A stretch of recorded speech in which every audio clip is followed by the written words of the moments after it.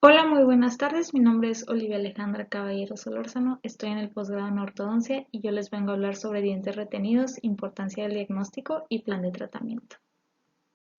Primero que nada, como definición, un diente retenido es aquel que no erupciona por completo en la arcada dentaria dentro del intervalo de tiempo esperado. ¿Cuál es la razón de que este diente se quede retenido? Es porque los dientes adyacentes, un hueso demasiado denso, un exceso de tejidos blandos o alteraciones genéticas impiden la erupción de este.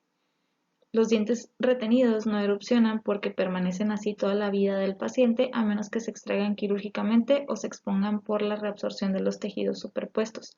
Aquí cabe destacar que el término no erupcionado incluye los dientes retenidos y los que están en proceso de desarrollarse a erupcionar.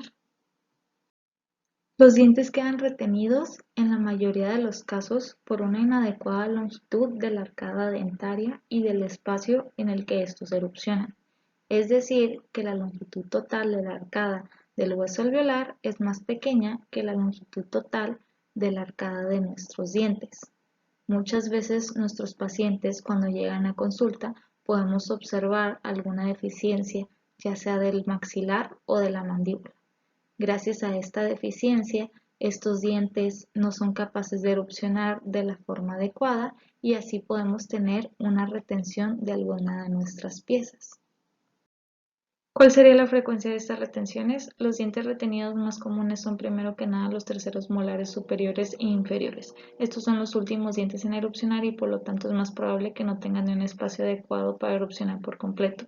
Ya dentro de la parte anterior del maxilar, el canino superior se encuentra impedido por el apiñamiento de otros dientes. Entonces, si este espacio es insuficiente para permitir la erupción, pues queda retenido o erupciona ya sea en sentido vestibular en la arcada dental. Ya dentro de la mandíbula, los premolares inferiores están erupcionando después del primer molar y del canino inferior. Entonces, por lo tanto, si este espacio es insuficiente, uno de los premolares, generalmente el segundo, va a permanecer sin erupcionar o va a quedar retenido o también va a erupcionar de forma vestibular o lingual respecto a la arcada dental.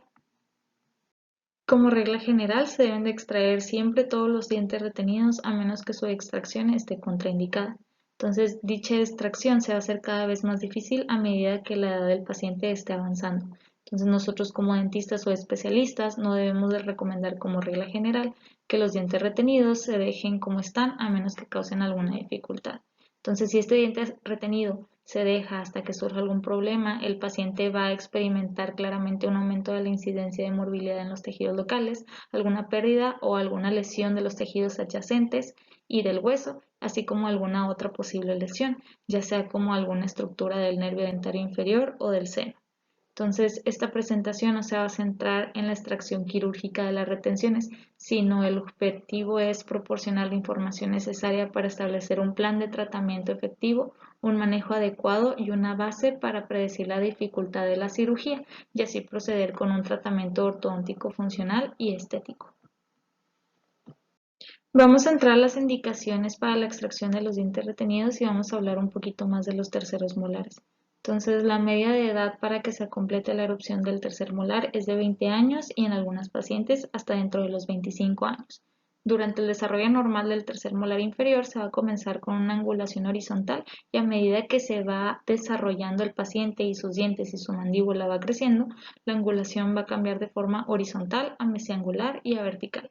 Una de las causas más comunes de que el tercer molar quede retenido es el fracaso en esta rotación, que sería de mesioangular a vertical.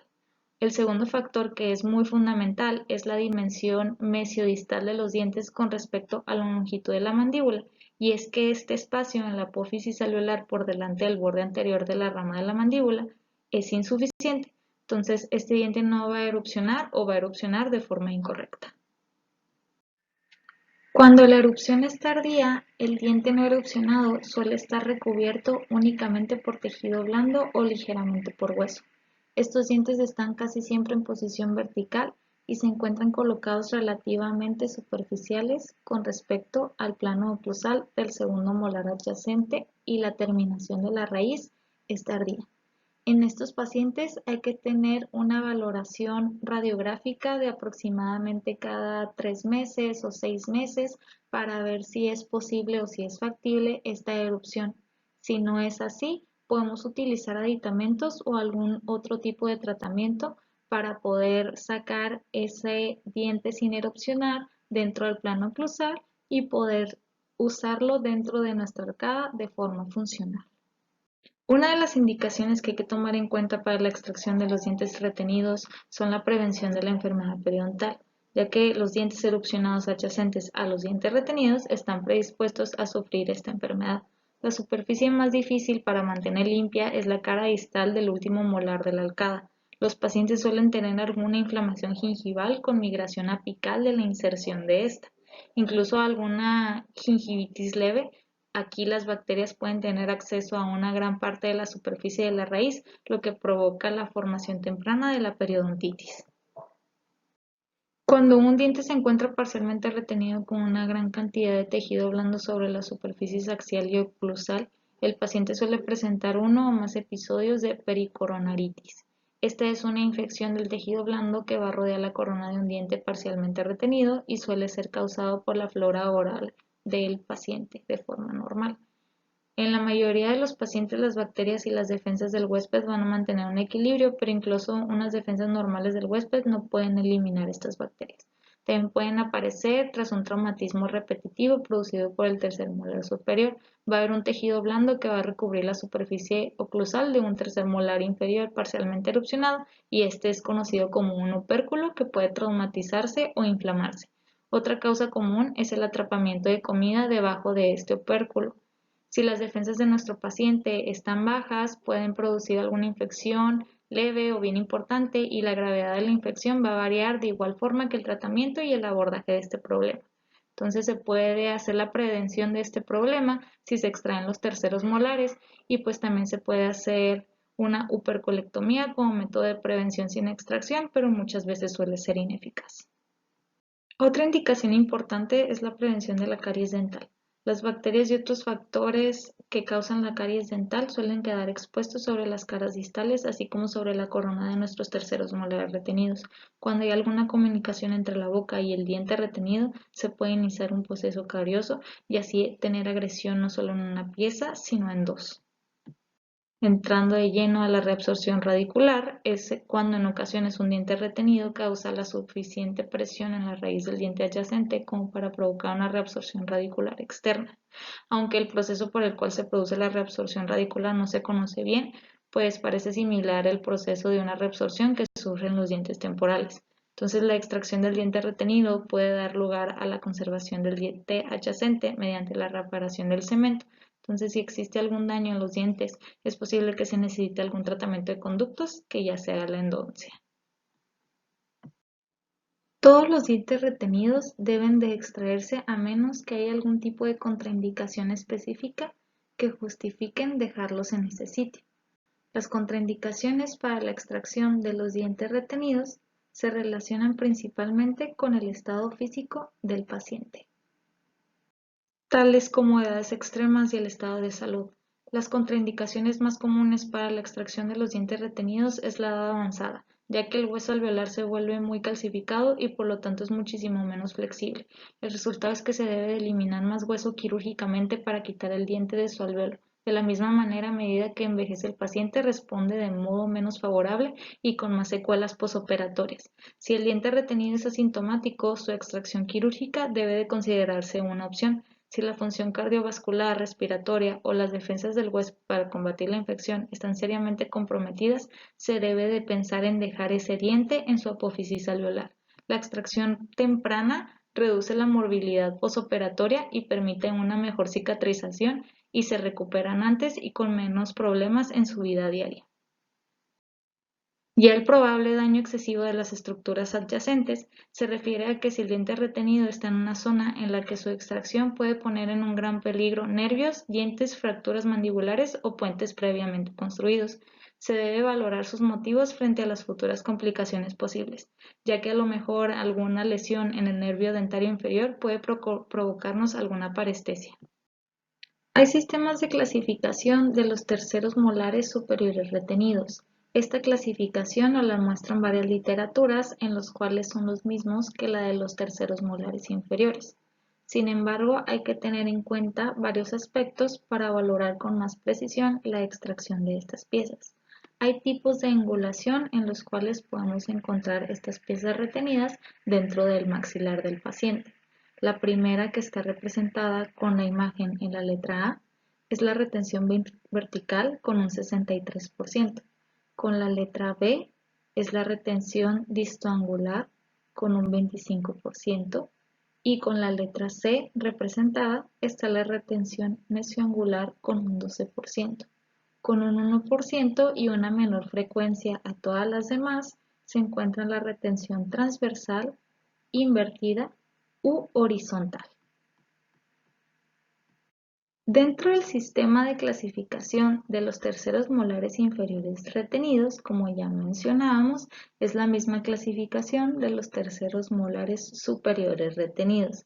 La única diferencia aquí es la frecuencia de los tipos de la angulación en los cuales podemos encontrar nuestras piezas dentro de nuestra mandíbula.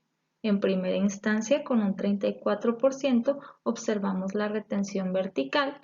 Con un 30% observamos una retención mesioangular, con un 18% la retención horizontal, una retención distoangular de un 15%, una retención vestíbulo o linguoversión con un 2% y por último una retención invertida del 0 al 1%.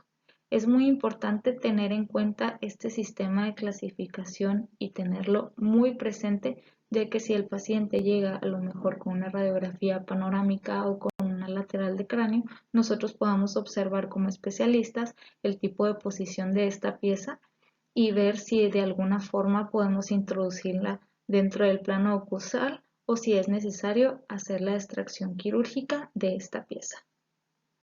Otros dientes retenidos que podemos tener dentro de nuestra arcada después de los terceros molares inferiores y superiores, el que es con más frecuencia es el canino superior.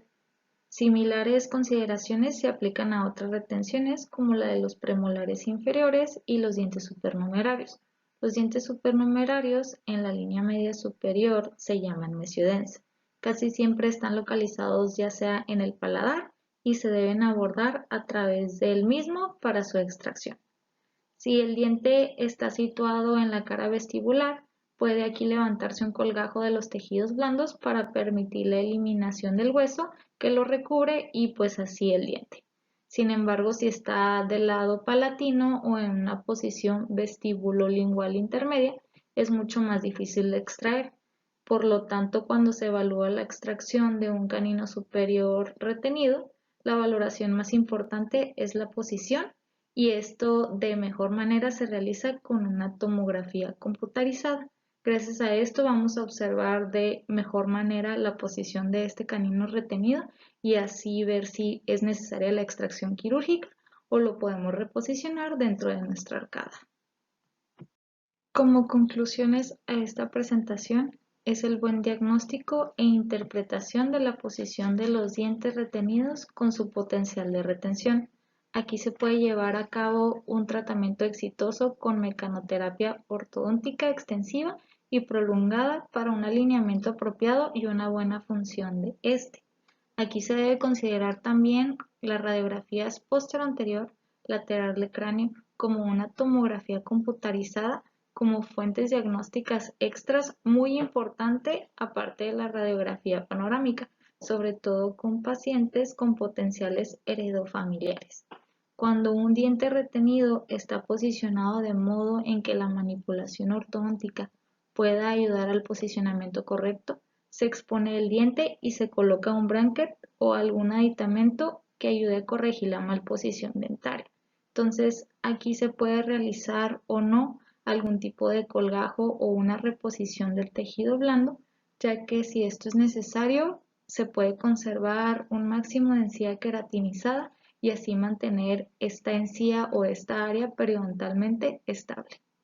Ya si se decide extraer el diente en lugar de algún reposicionamiento ortodóntico, se debe determinar en qué sentido está posicionado y así realizar una adecuada extracción quirúrgica tomando en cuenta el estado de salud la edad del paciente y si existe alguna contraindicación en la cual tengamos que tener nosotros en cuenta para realizar o no realizar este tratamiento.